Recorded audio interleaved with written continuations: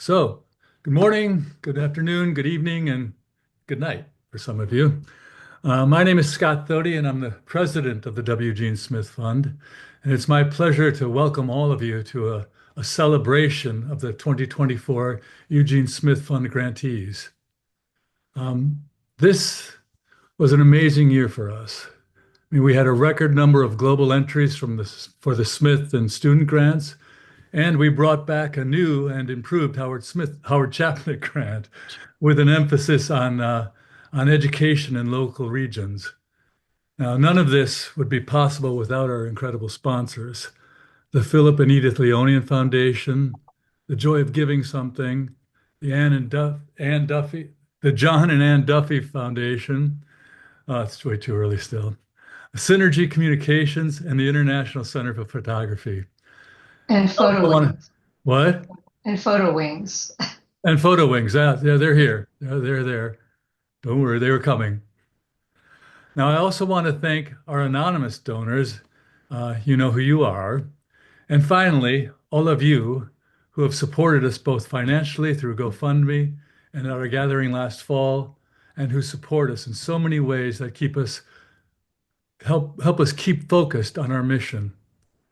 Finally, uh, I need to thank all my fellow board members.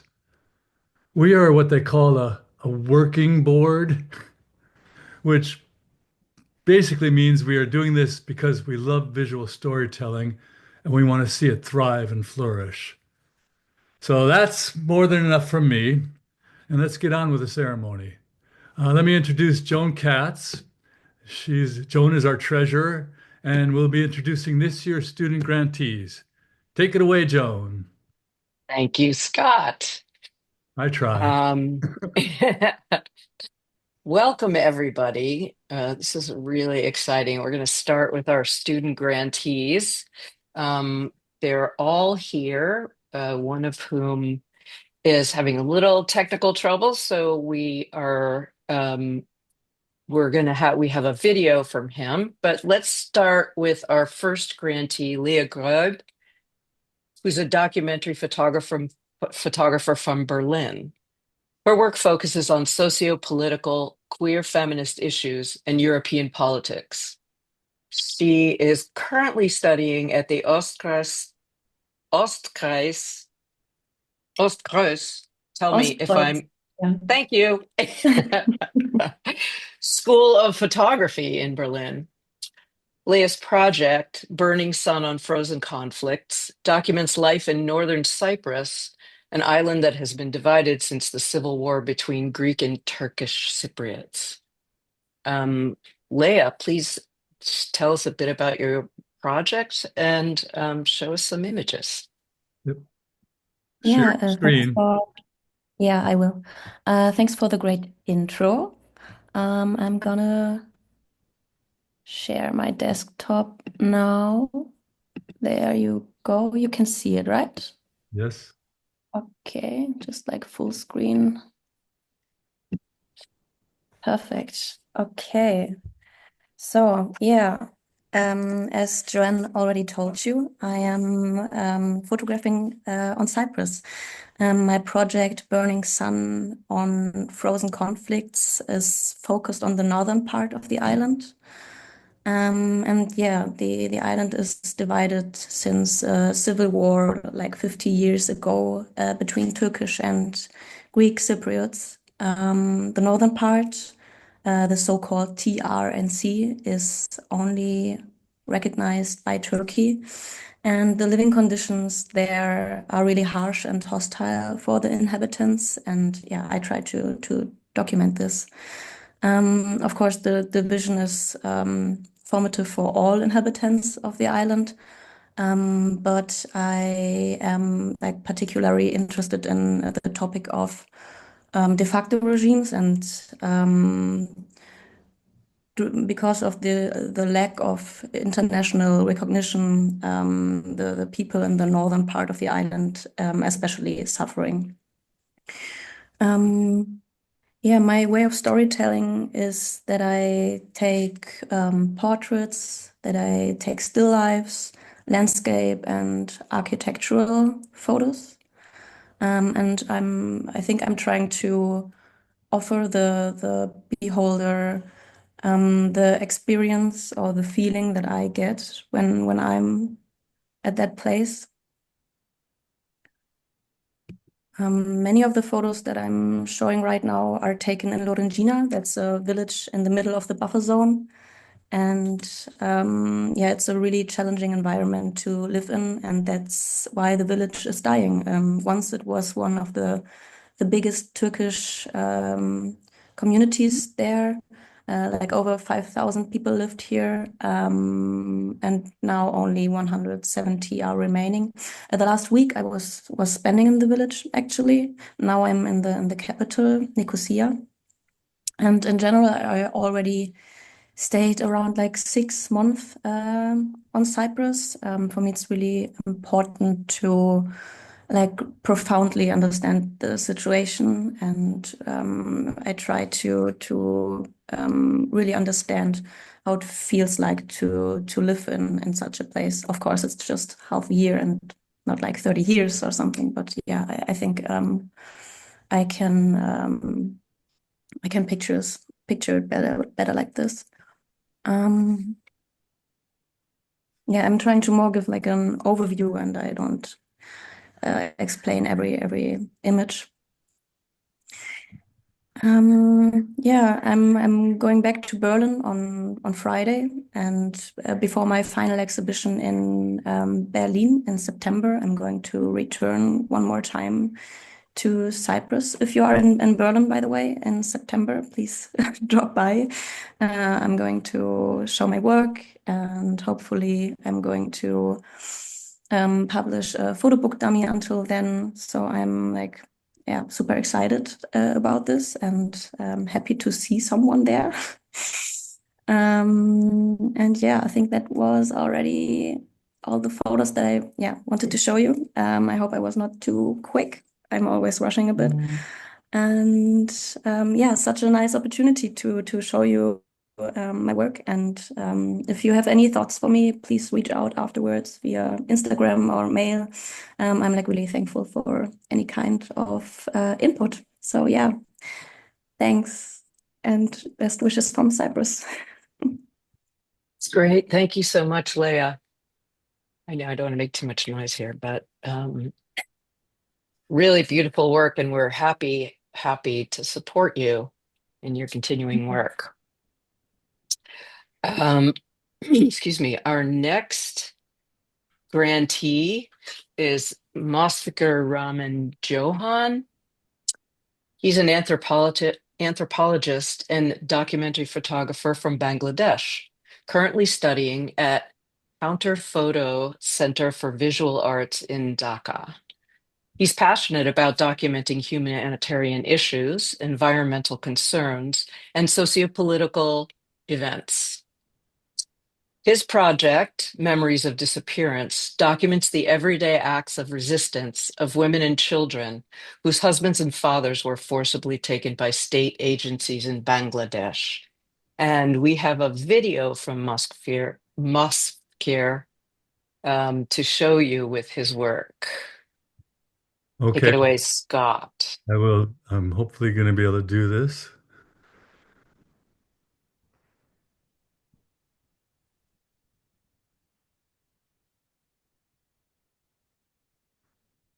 Okay.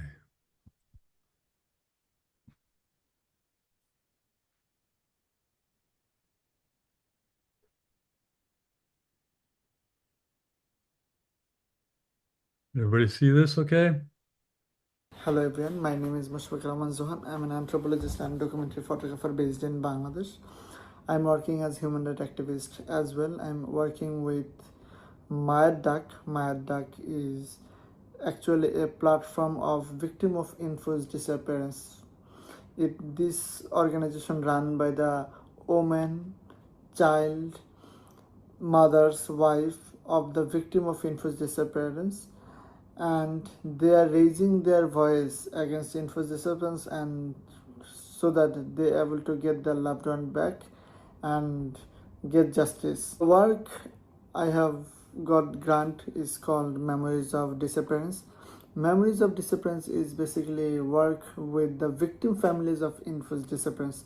How the victim family is actually raising their voice, in what ways they are actually registering against enforced disappearance. Since under the Hassan's regime, it was really difficult to raise the voice because whoever raised the voice, he or she is persecuted of enforced disappearance. In Hassan's regime, how these women who came from the marginalized community raising their voice, in what ways they are mobilizing, that was the main fundamental part which motivates me to work on these issues. Because in third world country, because of the patriarchy society, it's really difficult for women to go outside and raising their voice.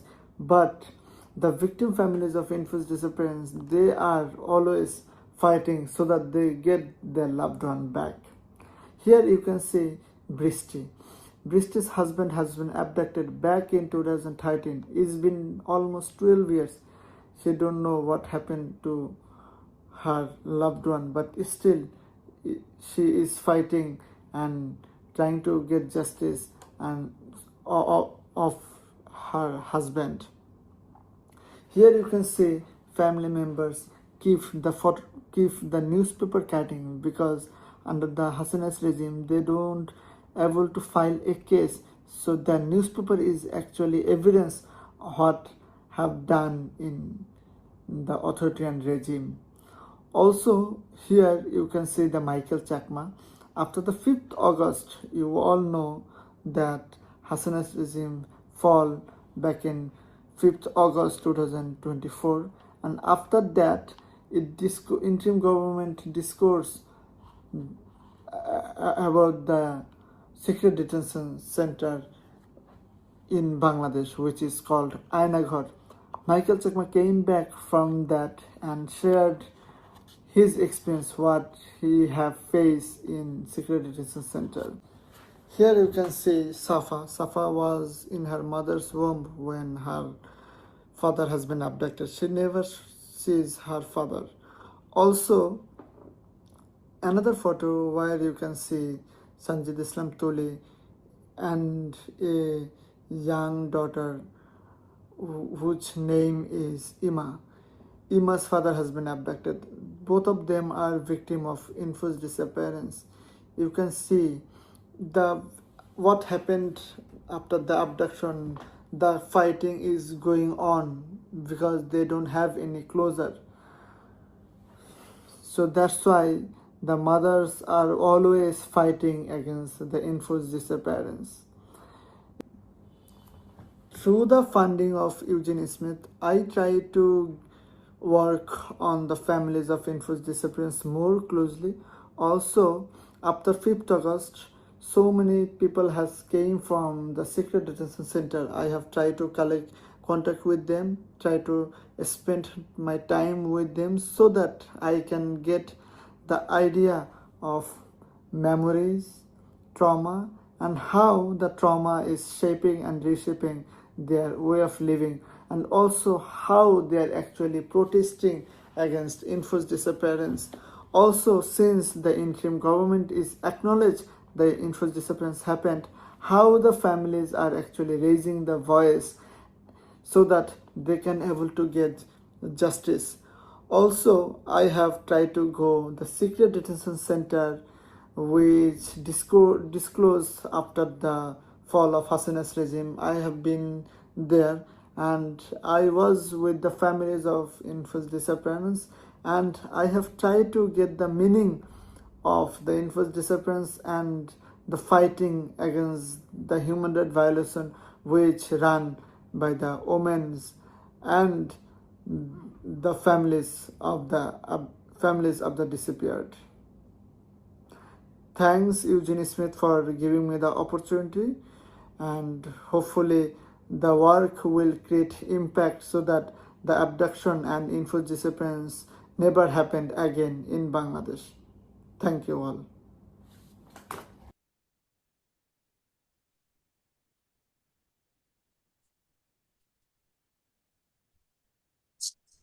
Thank you, Masakir. We are really happy to support your ongoing work. Our final student awardee is Gerd Walishevsky, who was born in Oklahoma City in the US and grew up in Poland and Germany.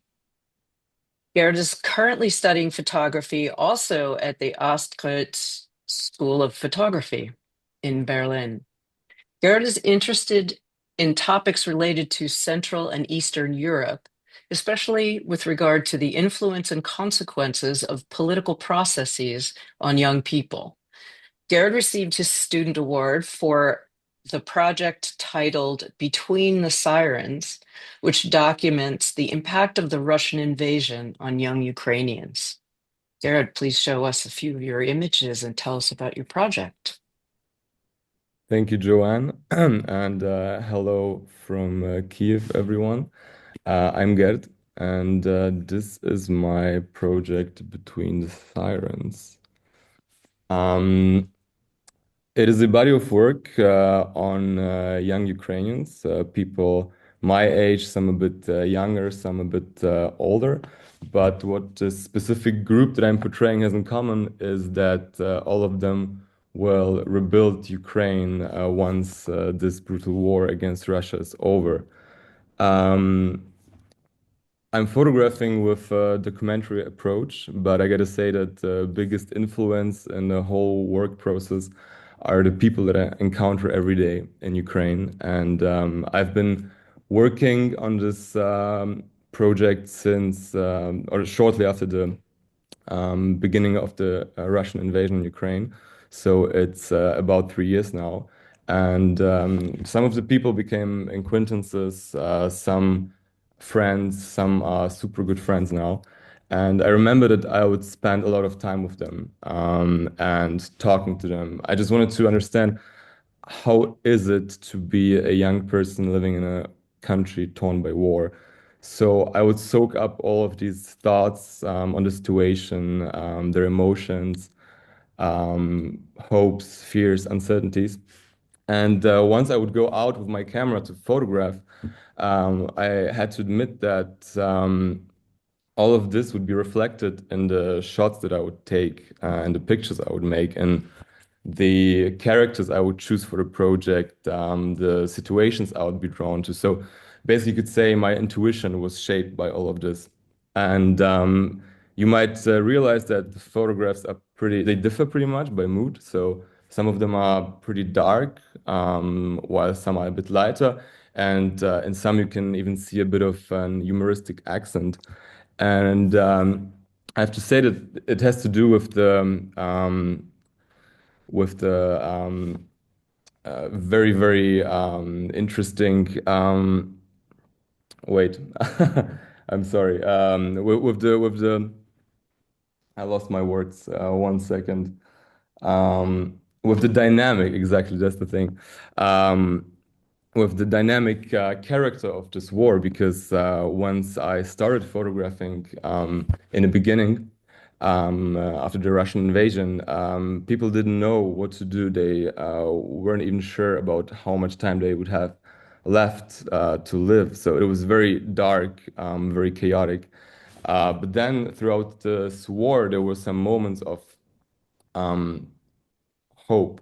For example, the first one was in the summer of 2022, when the Ukrainian army first regained a lot of territory in a pretty um, short period of time, and you could really see how the life went back in the souls of the people, especially young people. And it was summer, the first summer, so the first bars would reopen again, the first parties would be organized, the first events.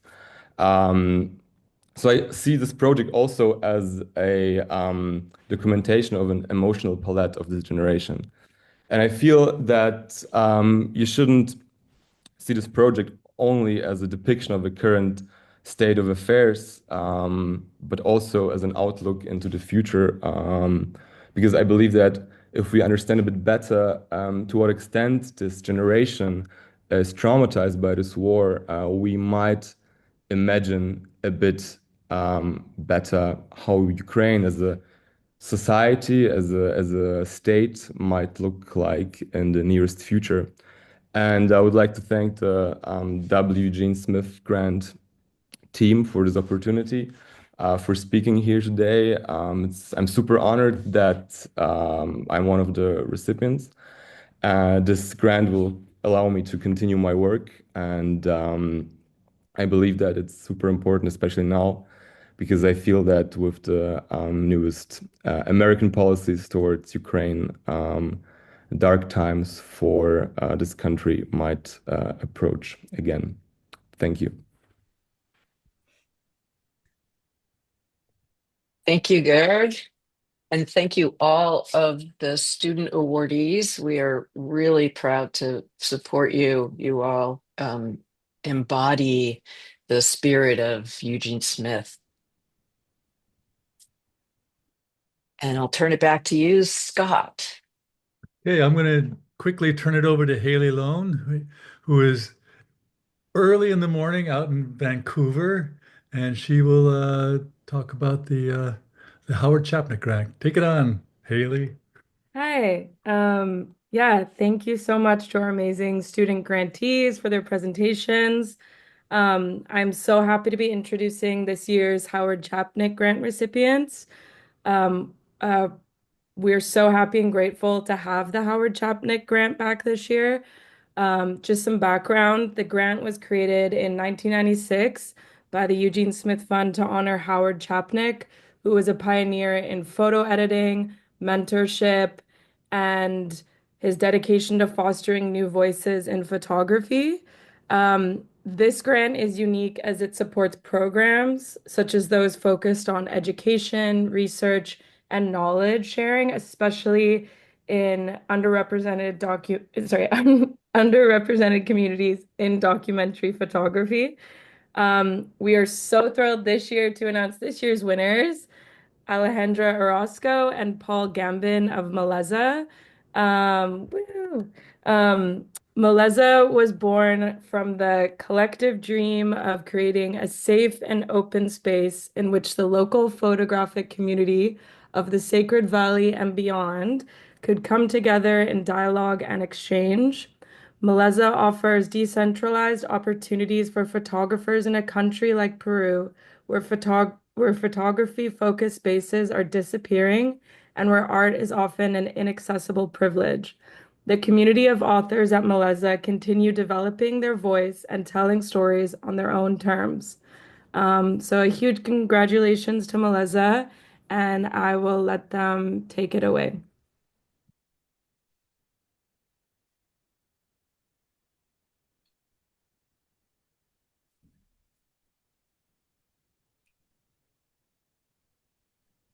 Hi, everyone.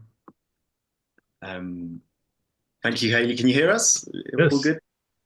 We're very excited to be here among so many incredible projects and people, and we are very thankful to the whole team behind the Eugene Smith Fund for all their hard work and dedication in organising this ceremony and awards.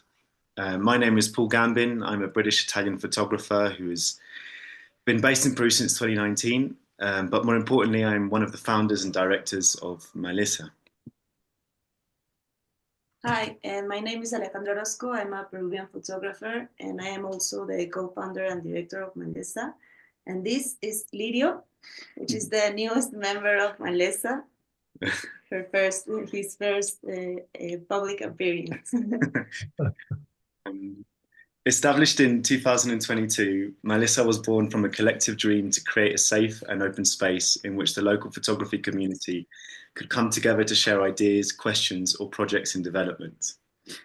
And as you mentioned before, in a country like Peru, where more and more photography-focused spaces are quickly disappearing, and where art is often an inaccessible privilege only for a few, Maleza is an opportunity to open up to a decentralized gaze, to share discourses created in territories that are demanding and focusing their own narratives, and to promote this to a variety of different audiences.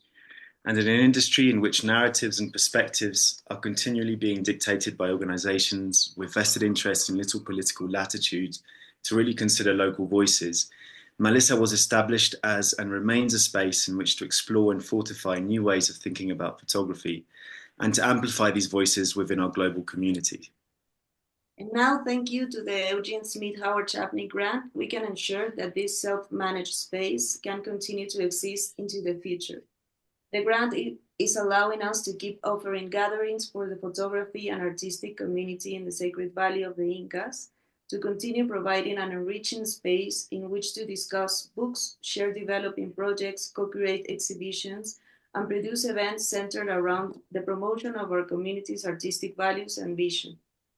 Beyond ensuring the sustainability of the project, the generous support of the Eugene Smith Foundation will also ensure that Melissa can continue to offer opportunities to disseminate works of local artists through exhibitions and other activities that reflect the narratives and perspectives of the territory we are continually excited to promote and to safeguard.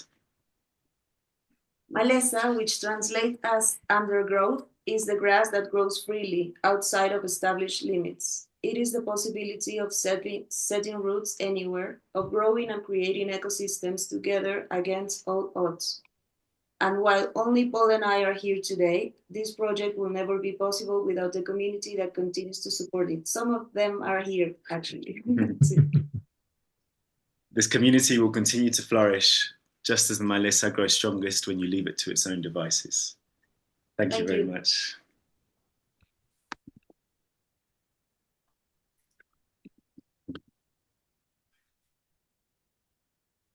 Thank you so much. Oh, Scott. Go ahead, take it. I was going to say thank you so much and congratulations, yes, on your child and the grant. Now we will let Roger Hartle take it away. Yeah, thank you so much. Wonderful presentations, and I'm really honored to be here with you today. My name is Roger Hartle. I've been on the board for a little bit over a year. I enjoyed tremendously. It's a tremendous group of individuals, and to be exposed to the work that the Smith Fund supports was just amazing. I really enjoyed all the presentations. So thanks for having me. It's my great honor to introduce to you the Smith grantees of this year. We'll start with Deanne Fitzmaurice, who is originally from Massachusetts, but I think today she's in Rhode Island. Is that correct? No, I'm actually in California. California, all right.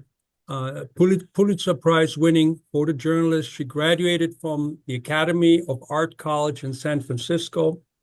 She's known for compelling visual storytelling. She received numerous prestigious awards over the years, featured by National Geographic magazine, New York Times, many other magazines and outlets. Not only is she an amazing photojournalist, but she also teaches globally workshops inspiring the next generation of young photojournalists, which is obviously what this is all about. So thank you very much, Deanne, and looking forward to your presentation. Great. Thank you so much for that introduction, Roger. And I'm really happy to be here. I want to express my deep gratitude to the Eugene Smith Fund for this, for believing in my project and for supporting it. It's been really great to see some of the other work from my fellow grant recipients. Incredible work, and congratulations to all of you. So I am going to share my screen. This is a 20-year project, and it's centered on themes of war, resiliency, family, hope, and love. In 2003, the US-led war on Iraq began.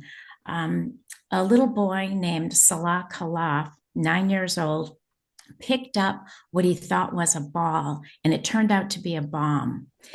It blew up, severely injuring him, killing his older brother. It blew off his hands. It blew open his abdomen, and he lost one eye.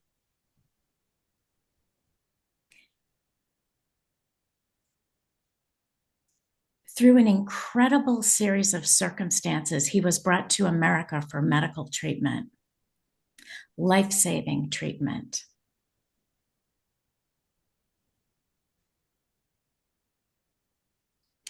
His dad, Rahim, was by his side throughout the whole ordeal. And Salah had dozens of surgeries over months' time. As he started to get better, one evening he was upset and the nurses taped a Sharpie to his arm. And the first thing he drew was an airplane dropping bombs. But he still had a heavy heart. He missed his mom and his siblings back in Iraq and hoped that one day they'd be reunited. And finally, after a year, his mom and siblings were allowed to emigrate to America. And this is their long-awaited embrace.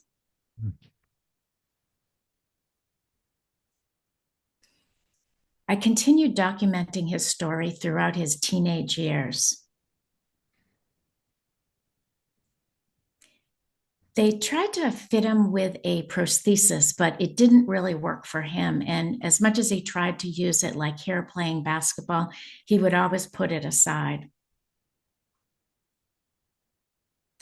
But he went on to find love. He met a woman in Iraq and they had a long distance relationship, just over, I think it was on Skype, and they communicated and had courtship for about a year or so. And finally, he went to Iraq and married her. And his hope was to bring her back to America, but the Muslim ban went into effect, and it took 4 years to get her here to America. Finally, she was able to join him. And here they had just enrolled in classes at Laney Community College. And last June, baby Mohammed was born. This is his wife, Fatima. And here are the 3 generations, Rahim, Salah, and Mohammed, and they're trying to build their life together in America. With the support of this grant, I'm going to continue documenting Salah and his family, their journey throughout the next year. Salah's hope is to get a proper prosthetic that works for him. He's hoping to get a driver's license and a job and be able to move out and get their own place. They're currently living with his mom. So thanks to everyone for your support, and thanks for everyone for showing up this morning or whatever time zone you're in. Thank you. Thank you, Deanne. That was a wonderful presentation. Congratulations to this fantastic work. We're going to move on. It's my honor to introduce Murat Yazar. Murat is a Kurdish photographer from Eastern Turkey. He's based in Italy. He's a freelance photographer since 2008. He's been working on photographic projects throughout the world, but primarily in Kurdistan, his home, in the Middle East, Armenia, Georgia, Iran, and Europe. His work has resulted in many exhibitions and publications, recently a book. It's been featured in the National Geographic magazine, the New York Times. He's won several awards and grants, of course. As an avid outdoor person myself, I was amazed to read that he walked 1,200 kilometers across Anatolia into Georgia, which is quite amazing, as part of the Out of Eden Walk project. And I'm especially excited to listen to his presentation. Murat, take it on. Thank you. Where are you? Hello, Roger. Hello, Roger. I am in Turkey now, but I am based in Italy last year. All right. Thank you. Thank you. So this is the project. It's about Kurdish culture. It's called Shadows of Kurdistan, Searching Identity by Photography. As Kurds in Turkey, we had many problems. When I was a kid, even I had problems. It was not allowed to speak Kurdish. And still we have problem. We cannot educate our language in the school. So when I start photography, I decided to start this project, and I wanted to bring the Kurdish community in 4 countries: Iran, Turkey, Iraq, and Syria together on this photo project. and I want to kind of delete the borders between us and to make a visual archive of Kurdish culture. It has been 10 years I am working on this project. So I have in Turkey, in Iraq, in Syria, in Iran. I have been many times and I took photos. Just one part I haven't been yet. It's Syria. As you know, many of you, it's a bit complicated area to go there, and for me even it's more complicated because I have Turkish citizen. If I go there to back Turkey, I can have really big problems. So I want to share some photos with you now. Sorry, I was late a bit. I will just pass quickly. So by this project, I want to show the landscape of the Kurdistan, the daily life in village or in the city, some politics problems, and as I said, to make a visual archive of Kurdish culture in 4 countries.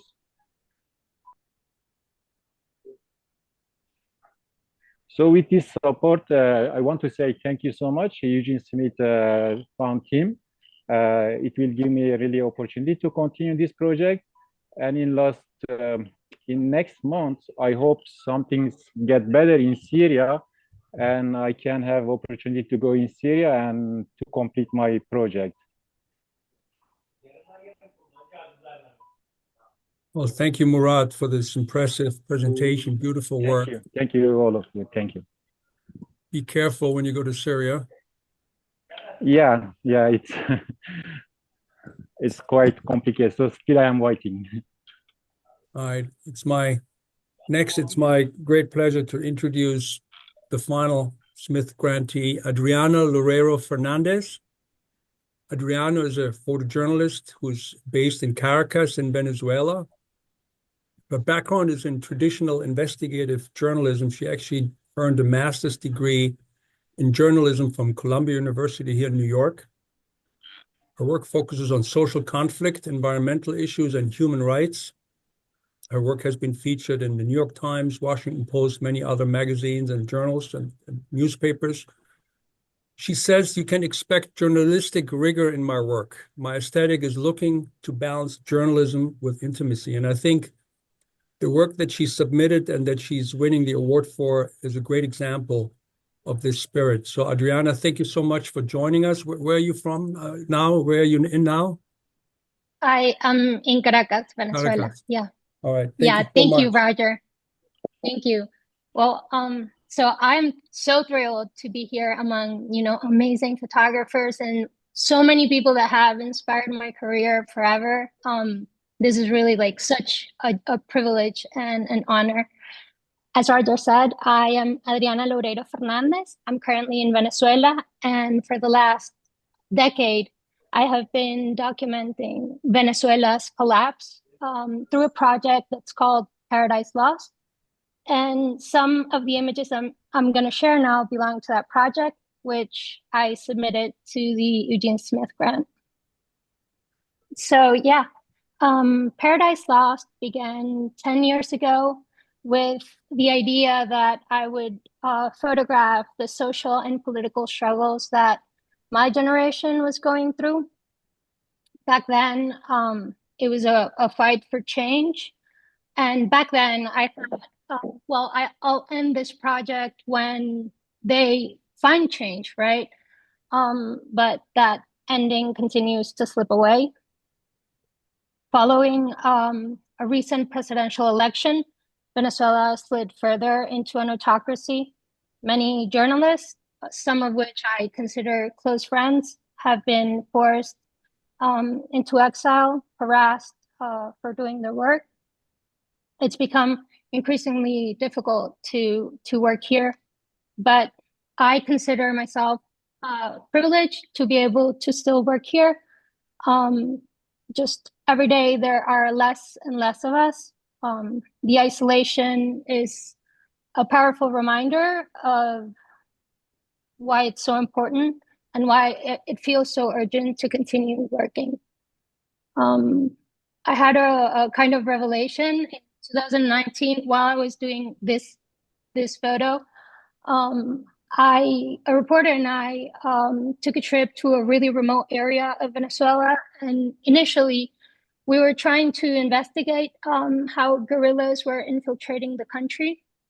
But what we ended up finding there was much worse. An indigenous tribe had been almost entirely killed, especially men and boys. The trauma that was there, it's something that I had never seen before.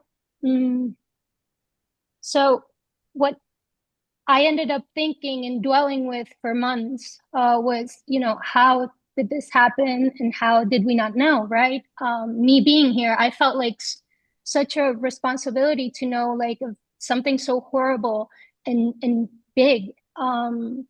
So that's when it kind of sunk in for me. There's just so few of us here that if we're not doing the work, I really think it's just not going to happen. And so many stories risk falling into oblivion and sometimes manipulation. I think there's something really harmful that happens when communities go through trauma, and the pain that comes from that trauma is not recognized or acknowledged, or even worse, when people try to erase the entire experience from our reality.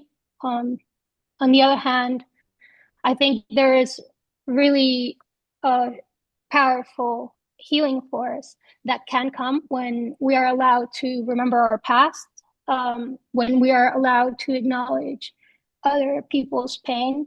I think photography is instrumental in those type of processes.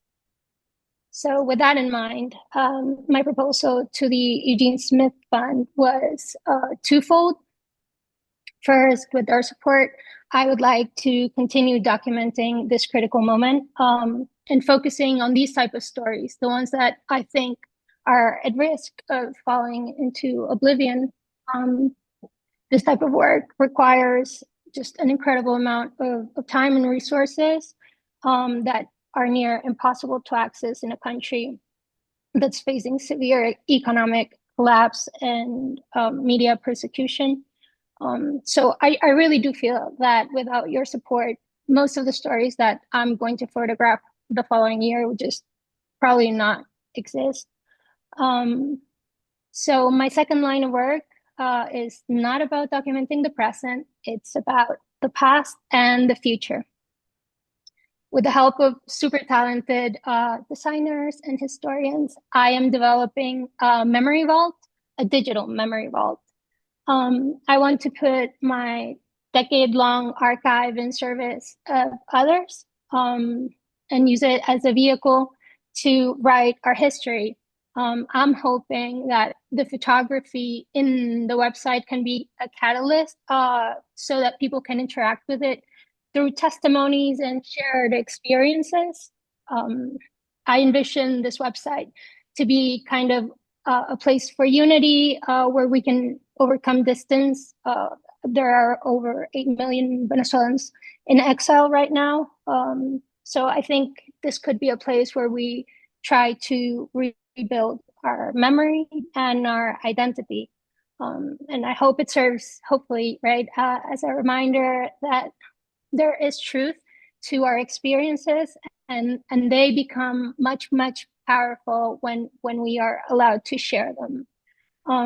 So I really hope this archive becomes kind of a binding force above that goes above borders and time.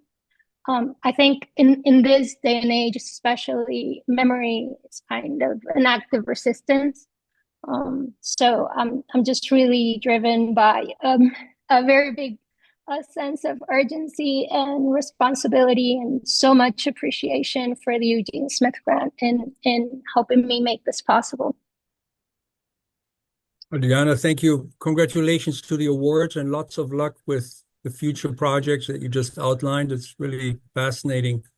And congratulations to all the awardees, of course. I'll give it back to our master, Scott Thode, who's going to continue from here.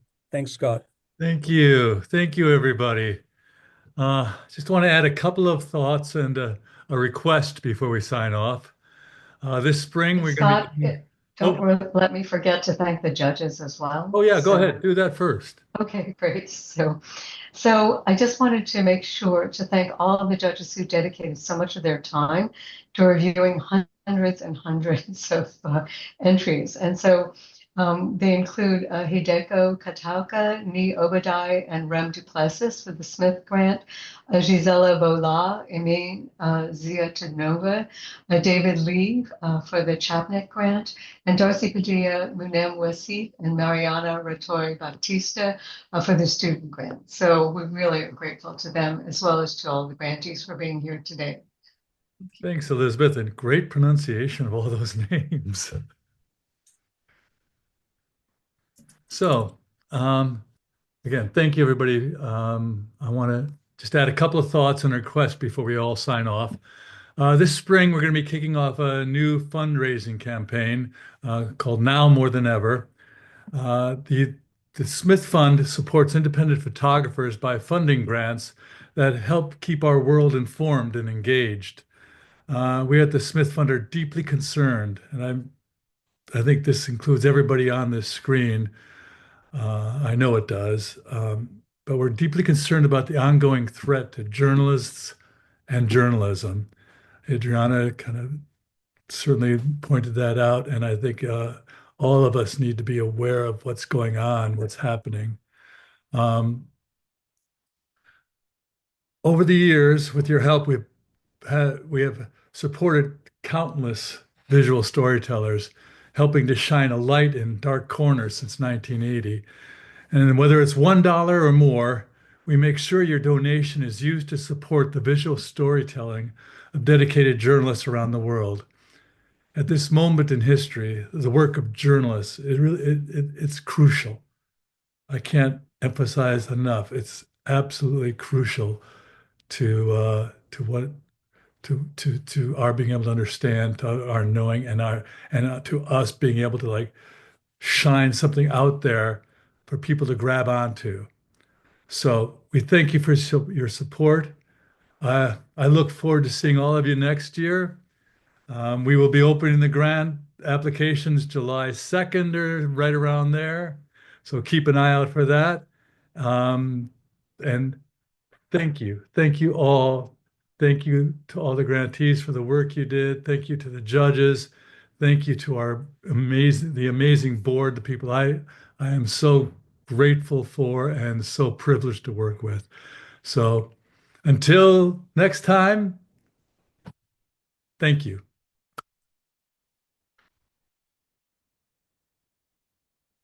Board members, we have a board meeting after this, so I'm going to sign off. Thank you. Bye-bye. Thank you. Bye bye.